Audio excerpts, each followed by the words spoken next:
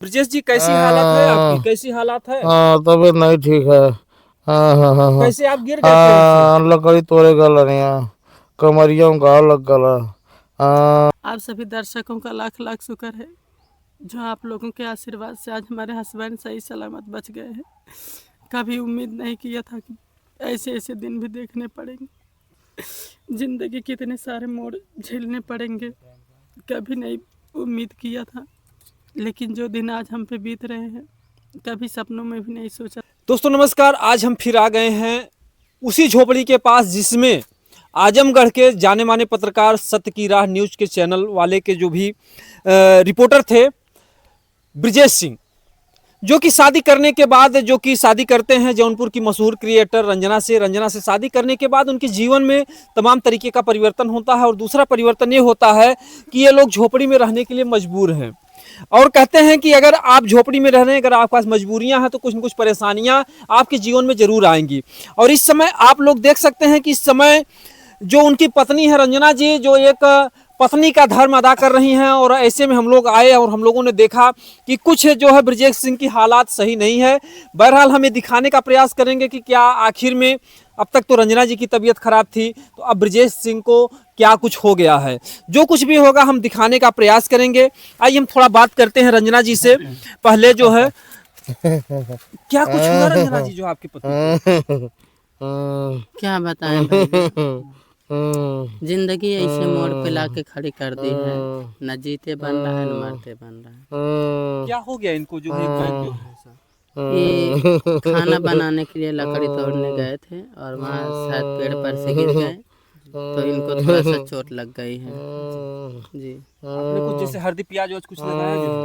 हाँ, थोड़ी दवाइयाँ लेके आई थी तो लगाए हैं, मरहम लगाए हैं, दवाई खिलाए हैं। तो डॉक्टर साहब ने इंजेक्शन नहीं लिया दर्द? नहीं लगाए हैं इंजेक्शन। अच्छा अच्छा। हाँ, इंजेक्शन लगाए हैं। बहरहाल हम लोग आते हैं यहाँ पर, जैसे कहते हैं कि जीवन जीने के लिए रोटी कपड़ा मकान 3 चीज़ की आवश्यकता होती है। तो नून तेल लकड़ी हर व्यक्ति जुटाने में लगा हुआ है। आज झोपड़ी में रहने की वजह से इन्होंने सोचा कि हम लकड़ी जो है लेकर के आते हैं और खाना बनाते हैं। ब्रजेश जी, कैसी हालत है आपकी? कैसी हालात है? तबीयत नहीं ठीक है। हाँ हाँ हाँ हाँ। कैसे आप गिर गए पेड़ से? लकड़ी तोड़े गल रही कमरिया में घाव लग गला। जैसे डारोल टूट गई थी या पेड़ पे चढ़े थे आप? डाल टूट गई थी। रंजना जी, कैसे क्या हुआ? सूखी लकड़ी लेने के लिए गए थे खाना बनाने के लिए। जी, शांत हो जाइए, शांत हो जाइए, अभी आराम हो जाएगा, दवा लिए हैं, आराम हो जाएगा आपको। तो क्या, कैसे आपको पता चला कि ये गिर गए हैं? जैसे लकड़ी लेने गए थे तो थोड़ा टाइम लगने लगा, तो यहीं बगल में ही जंगल है जी। तो हम सोचे इतना टाइम क्यों लग रहा है, चलें देखें। तो देखे वहीं गिरे पड़े हुए थे, तब बुलाए, पास के 2-4 लोग आए तो वहाँ से उठा के यहाँ लेके आए हैं।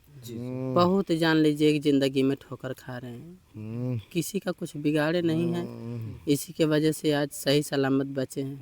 नहीं तो हमारी ज़िंदगी अंधियारा हो जाता है एकदम से। कहीं न कहीं से आपके सुहाग हैं, आपके सिंदूर हैं। हमारे सुहाग सिंदूर जो हैं, और एक प्रथम कर्तव्य हमारा भी होता है कि हम अपने पति का हर हाल में सुरक्षा करें। रोइए मत। हाल आता है कि आज इनके पति जो है घायल अवस्था में है। और बहरहाल जो कुछ भी है कि लोगों का आशीर्वाद रहा कि आज इनका सुहाग बच गया है। रंजना जी, क्या कुछ लगता है कि जनता का आशीर्वाद है, भगवान की कृपा थी जो है, कैसे? जनता का भी आशीर्वाद है, भगवान की भी कृपा है। और आज इतना मुसीबत में हम चल रहे हैं कि हमें खुद नहीं समझ में आ रहा है कि हम कहाँ जाएं। हमारी नैया बीच मझधार में पड़ी है। अगर देखा जाए तो ब्रजेश सिंह शादी के बाद से एक विपद जो है झेल रहे हैं, बेचारे पेड़ से गिर जाते हैं। तो रंजना जी, जैसे दवा ववा के लिए पैसा वैसा कैसे जो है, आप कहाँ से कुछ लाई? पैसा ऐसा है, पैसे का दिक्कत नहीं है। अब हमारे पति से बढ़ के पैसा थोड़ी ना हो गया है जी। पैसे वैसे रखे हैं, पैसे का बिल्कुल दिक्कत नहीं है। जी जी जी। लेकिन भगवान का लाख लाख शुक्र है, आप सभी दर्शकों का लाख लाख शुक्र है जो आप लोगों के आशीर्वाद से आज हमारे हस्बैंड सही सलामत बच गए हैं। कभी उम्मीद नहीं किया था कि ऐसे ऐसे दिन भी देखने पड़ेंगे। ज़िंदगी के इतने सारे मोड़ झेलने पड़ेंगे, कभी नहीं उम्मीद किया था। लेकिन जो दिन आज हम पे बीत रहे हैं, कभी सपनों में भी नहीं सोचा था कि ऐसे दिन ऐसी मुसीबत, ऐसी कठिनाइयों का सामना करना पड़ेगा, समाज के इतने तानों को झेलना पड़ेगा, ऐसा कभी नहीं सोचा था, सपने में भी नहीं सोचा था। लेकिन जितना आज झेलना पड़ रहा है। रोइए मत, वक्त गुजर जाएगा। बहरहाल अब यहाँ पर रहा नहीं जाता है। बहरहाल जो कुछ भी होगा आगे की इनकी दशा हम दिखाएंगे दोस्तों। जय हिंद जय